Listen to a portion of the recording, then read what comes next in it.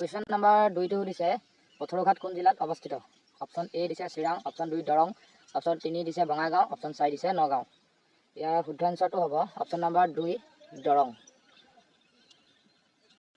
Question number 3টো সুধিছে 2022 চনত ফিফা ৱৰ্ল্ড কাপ কোন দেশত অনুষ্ঠিত হ'ব? 1 দিছে জাৰ্মানী, 2 ইটালী, 3 কাটাৰ, 4 ব্ৰাজিল। ইয়াৰ শুদ্ধ এনচাৰটো হ'ব অপশ্যন নম্বৰ 3 কাটাৰ।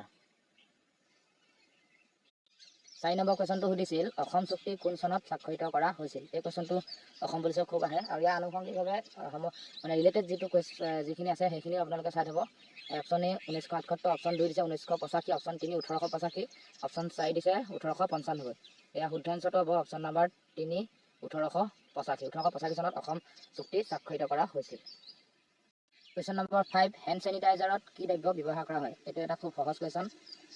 ইয়াৰ অপশ্যন দিছে 1 মিথানল, 2 এলকহল, 3 ইথানল আৰু 4 বিউটানল।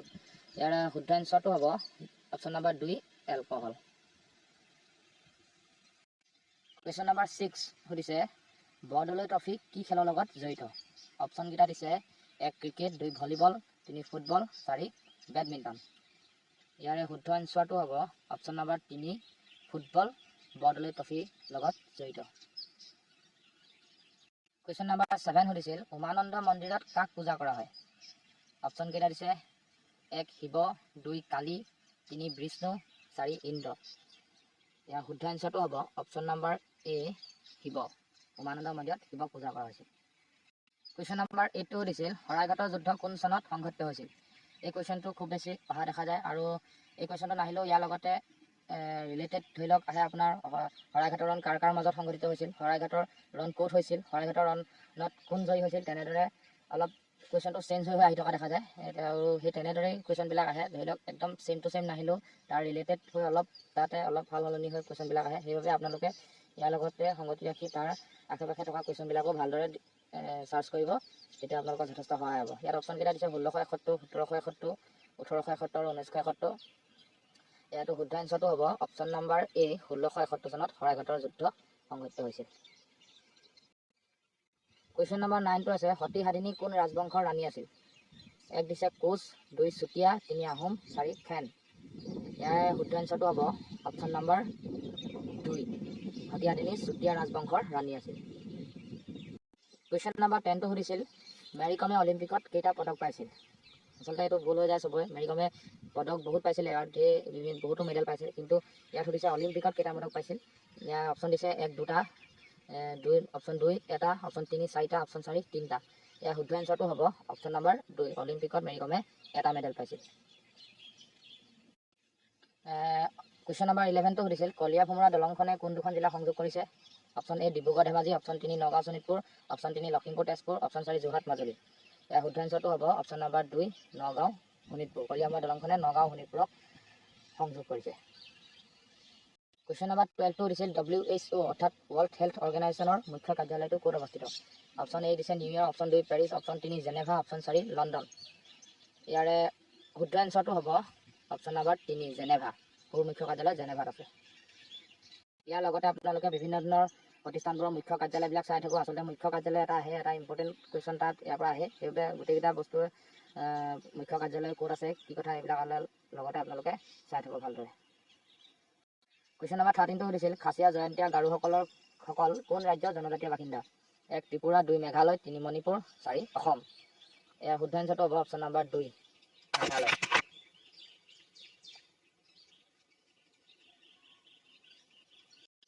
কুৱেশ্যন নম্বৰ 14 দিছিল হালধীয়া চৰাই বাওধান খায় গ্ৰন্থখনৰ লেখক কোন? এইটো এটা বহুত important question.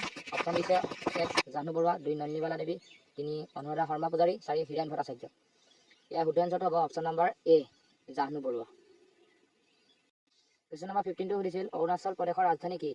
Option A Changlang, option 2 Itanagar, option 3 Pasighat, option 4 Itanagar. Year option 2 আৰু 4টো চেমেই দিয়া থাকিলে ইটানগৰ। ইয়াৰ শুদ্ধ এনচাৰটো হ'ব অপশ্যন নম্বৰ 2 বা 4 দুয়োটাই শুদ্ধ ইটানগৰ। অৰুণাচলৰ ৰাজধানী ইটানগৰ। কুৱেশ্যন 16 সুধিছে গল্ডেন চিক বুলি কাক কোৱা হয়? অপশ্যন এ এৰী, অপশ্যন 2 মুগা, অপশ্যন 3 টচ, অপশ্যন 4 পাট। ইয়াৰ শুদ্ধ এনচাৰটো হ'ব অপশ্যন নম্বৰ 2 মুগাক গল্ডেন চিল্ক বুলিও কোৱা হয়। কুৱেশ্যন নম্বৰ 17টো সুধিছিল অসম বিধানসভাৰ আসন কেইখন? ইয়াৰ লগতে আপোনালোকে ৰাজ্যসভা, লোকসভা এইবিলাকত আসন কেইখন সেইবিলাকো চাই থ'ব। ইয়াত অপশ্যন দিছে 1 14, 2 15, 3 21, 4 126খন।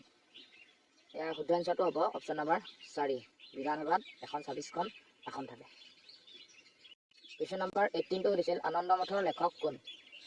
Option A Bankim Chandra Chattopadhyay, option 2 Rabindranath Thakur, option 3 Arundhati Roy, option 4 Bhaskar Chattopadhyay. ইয়াৰে শুদ্ধ উত্তৰটো হ'ব অপশ্যন নম্বৰ এ বংকিম চন্দ্ৰ চট্টোপাধ্যায়। কুৱেশ্যন নম্বৰ 19টো সুধিছিল নামঘোষাৰ ৰচক কোন? এইটো এটা সহজ কুৱেশ্যন আৰু জানিবলগীয়া কুৱেশ্যন, সকলোৱে জানে। অপশ্যন এ দিছে শংকৰদেৱ, অপশ্যন 2 মাধৱদেৱ, অপশ্যন 3 মহেন্দ্ৰ কন্দলী আৰু অপশ্যন 4 অনন্ত কন্দলী। ইয়াৰ শুদ্ধ এনচাৰটো হ'ব মাধৱদেৱ। মাধৱদেৱে নামঘোষা ৰচনা কৰিছিল, শংকৰদেৱে কীৰ্তন লিখিছিল, আমি জানোৱে এইকেইটা কথা। আৰু নামঘোষাখনক হেজাৰী ঘোষা বুলিও জনা যায়, কাৰণ তাত 1000টা ঘোষা আছে আৰু সেইটো আহে হেজাৰী ঘোষা বুলি কোনখন গ্ৰন্থক জনা যায়, তেনেদৰেই আহে কুৱেশ্যন। সেইবাবে আপোনালোকে ৰিলেটেড কুৱেশ্যনবিলাক চাবই চাব। কুৱেশ্যন 20 সুধিছিল ভাৰতীয় সেনাৰ শ্লোগানটো কি? 1 দিছে জয় হিন্দ, 2 দিছে বন্দে মাতৰম, 3 কৰো ইয়া মৰো, 4 নম্বৰ অপশ্যন দিছে ইনকলাব জিন্দাবাদ। ইয়াৰে শুদ্ধ এনচাৰটো হ'ব অপশ্যন নম্বৰ এ জয় হিন্দ। কুৱেশ্যন নম্বৰ 21টো দিছিল 1935 চনত মুক্তি লাভ কৰা সবৰমতী আশ্ৰমখনৰ পৰিচালক কোন? অপশ্যন কেইটা দিছে 1 দিছে বিষ্ণুপ্ৰসাদ ৰাভা, 2 জ্যোতিপ্ৰসাদ আগৰৱালা, 3 ফণী শৰ্মা, 4 নবীন চন্দ্ৰ বৰদলৈ। ইয়াৰ শুদ্ধ এনচাৰটো হ'ব option number 2 Jyotiprasad Agarwala. Question 22 দিছিল এখন থানাৰ অচিজনক কি বুলি কোৱা হয়? অপশ্যন এ দিছে উপ পৰিদৰ্শক, অপশ্যন 2 পৰিদৰ্শক, অপশ্যন 3 অধিনায়ক, অপশ্যন 4 দিছে আৰক্ষী অধীক্ষক। ইয়াৰ শুদ্ধ এনচাৰটো হ'ব অপশ্যন নম্বৰ 1 উপ পৰিদৰ্শক। এই কুৱেশ্যনটো আচলতে পৰিদৰ্শকো হ'ব পাৰে উত্তৰটো, মই কিন্তু পৰীক্ষাত উপ পৰিদৰ্শকেই দিছিলোঁ। এতিয়া এইটো ইমান ভালদৰে উত্তৰটো জনা নাই, আপোনালোকে যদি ভালদৰে জানে তেন্তে কমেণ্ট বক্সত মোক জনাই দিব ভালদৰে। মই উপ পৰিদৰ্শক বুলি পৰীক্ষাত লিখিছিলোঁ। কুৱেশ্যন নম্বৰ 23টো সুধিছিল ভাৰতীয় জাতীয় কংগ্ৰেছৰ কোন স্থানত স্থাপন কৰা হৈছিল? অপশ্যন দিছে 1 1975, 2 1957, 3 দিছে 1967, 4 1985। ইয়াৰ শুদ্ধ এনচাৰটো হ'ব 4 1985। কুৱেশ্যন নম্বৰ 24 সুধিছিল ভাৰতীয় ৰাষ্ট্ৰীয় সংগীতৰ ৰচক কোন? 1 বংকিম চন্দ্ৰ চট্টোপাধ্যায়, 2 ৰবীন্দ্ৰনাথ ঠাকুৰ, 3 লক্ষ্মীনাথ বেজবৰুৱা, 4 আনন্দ চন্দ্ৰ আগৰৱালা। আমি এইটো সকলোৱে জানো, আমাৰ ৰাষ্ট্ৰীয় সংগীতৰ ৰচক হ'ল option number 2 Rabindranath Thakur. Question number 25টো সুধিছিল তলৰ কোনখন ঠাই ব্ৰহ্মপুত্ৰৰ উত্তৰ পাৰ নহয়? 1 ধেমাজি, 2 দিছে লখিমপুৰ, 3 গোলাঘাট, 4 ডিব্ৰুগড়। ইয়াৰ শুদ্ধ এনচাৰটো হ'ব অপশ্যন নম্বৰ 3 গোলাঘাট।